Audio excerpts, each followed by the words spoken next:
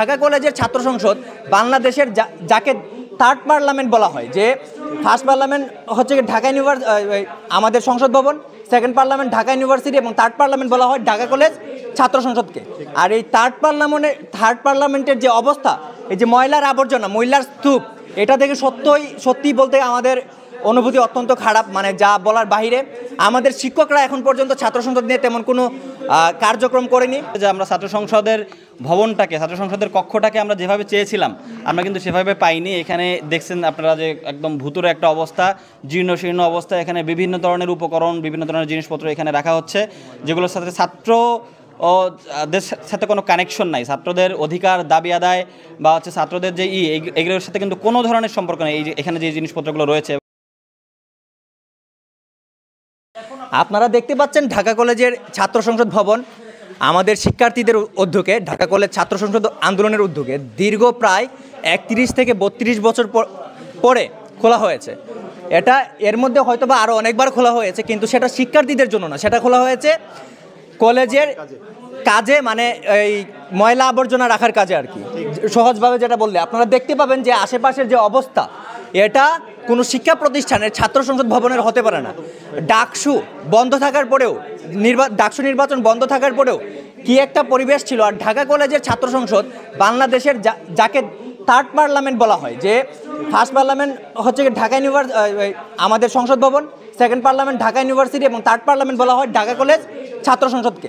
আর এই থার্ড পার্লামেন্টের যে অবস্থা, এই যে ময়লার আবর্জনা, ময়লার স্তূপ, এটা থেকে সত্যি বলতে আমাদের অনুভূতি অত্যন্ত খারাপ, মানে যা বলার বাইরে।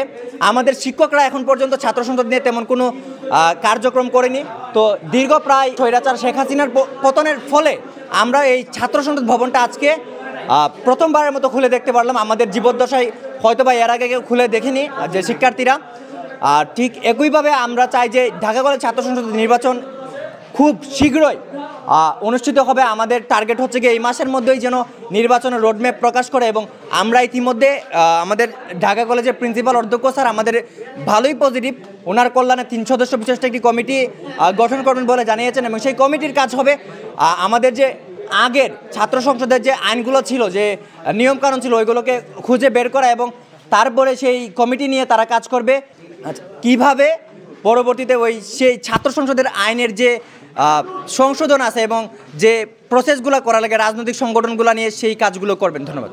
আনন্দের অনুভূতি এই জন্য যে আমরা দীর্ঘ 32 বছর পরে ছাত্র সংসদ রুমটা সেটা আমরা সচক্ষে দেখতে পাচ্ছি আর কি। এটা একটা আনন্দের অনুভূতি, এবং সেই সাথে হতাশার অনুভূতি হচ্ছে যে আমরা ছাত্র সংসদের ভবনটাকে, ছাত্র সংসদের কক্ষটাকে আমরা যেভাবে চেয়েছিলাম আমরা কিন্তু সেভাবে পাইনি। এখানে দেখছেন আপনারা যে একদম ভুতুরে একটা অবস্থা, জীর্ণ শীর্ণ অবস্থা। এখানে বিভিন্ন ধরনের উপকরণ, বিভিন্ন ধরনের জিনিসপত্র এখানে রাখা হচ্ছে, যেগুলোর সাথে ছাত্রদের সাথে কোনো কানেকশন নাই। ছাত্রদের অধিকার দাবি আদায় বা হচ্ছে ছাত্রদের যে এগুলোর সাথে কিন্তু কোনো ধরনের সম্পর্ক নেই। এই যে এখানে যে জিনিসপত্রগুলো রয়েছে। এবং আরেকটা হতাশার ব্যাপার হচ্ছে আমরা ক্যাম্পাসে কোনো মিটিং করার জন্য, কোনো সভা সমাবেশ করার জন্য বা হচ্ছে কোনো ধরনের মত বিনিময় করার জন্য কিন্তু আমরা কোনো রুম পাই না। আমাদের সেই অডিটোরিয়ামটা ব্যবহার করতে হয়, বড় একটা অডিটোরিয়াম, সেটাও সবসময় খোলা থাকে না।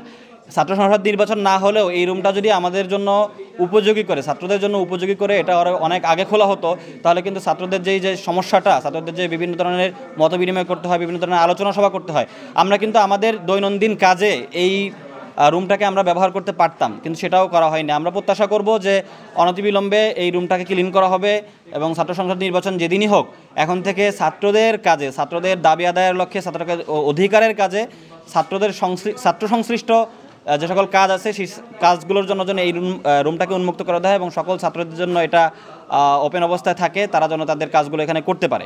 আমাদের যে রুমের সংকট, সেই সংকটটা যেন আর না হয়।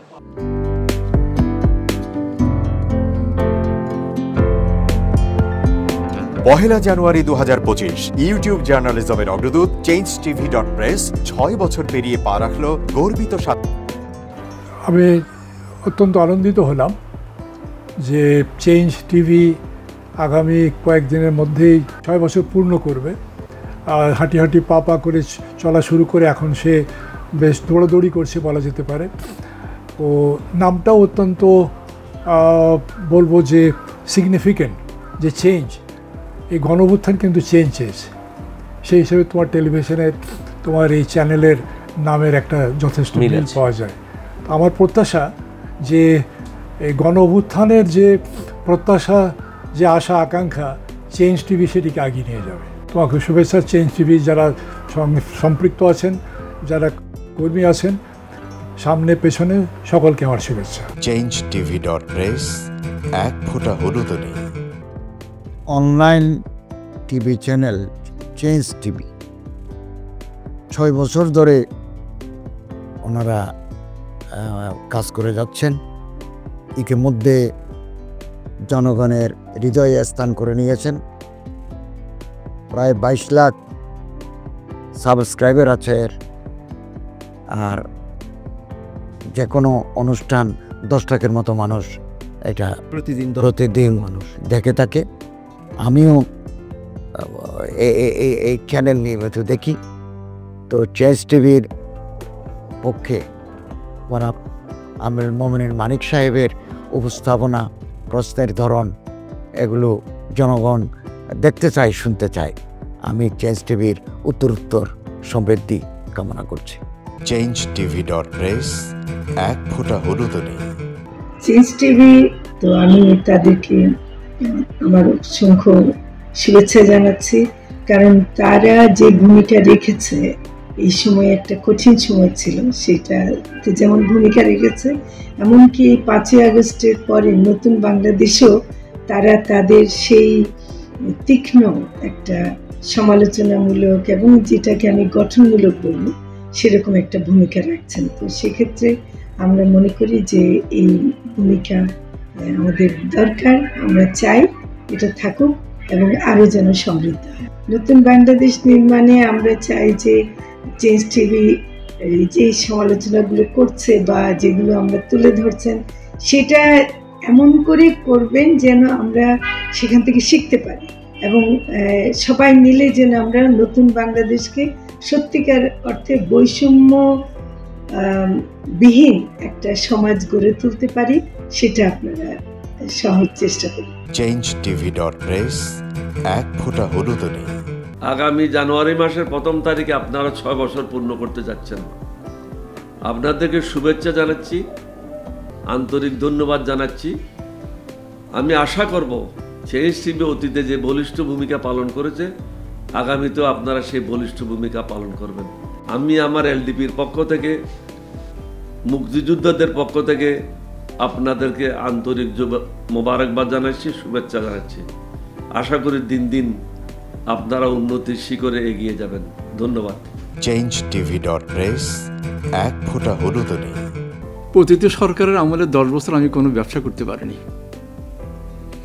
আমার ব্যবসা বন্ধ করার জন্য যত রকম দরকার সব কাজই করেছে, শুধু একটাই বাকি রেখেছে, আমি গুটিয়ে নিয়ে যাইনি। নয়া দিগন্তর মাধ্যমে যাদেরকে আমরা চেষ্টা করেছি সার্ভিস দেওয়ার জন্য, এরা আমাদের অনেকেই খোঁজখবর রেখেছে। ব্যস্ততার জন্য হয়তো দেখা সাক্ষাৎ হয় না,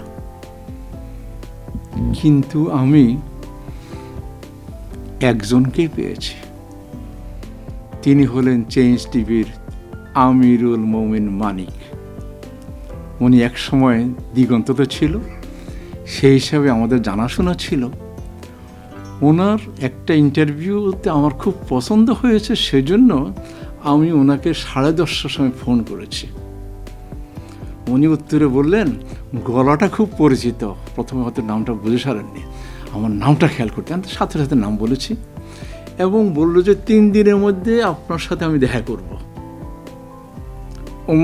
ওনার কমিটমেন্ট অনুযায়ী সেইভাবে এসছে এবং উনি বলছে আপনার যত দুঃখের কথা সব বলেন, আমি প্রচার করব।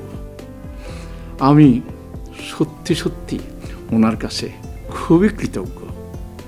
আমার মনে যেসব ক্ষোভ আছে, যেসব দানা বেঁধে আছে, আমি কিছুটা হালকা হয়েছি ওনার সাহায্যে। আমি চেঞ্জ টিভির উত্তরোত্তর সমৃদ্ধি কামনা করি এবং ভবিষ্যতে যেন আমার মতো এখন নাম না জানা লোককে চেঞ্জ টিভির সামনে এনে তাকে যেন উদ্বুদ্ধ করে। changetv.press, এক ফোঁটা হলুদও নেই।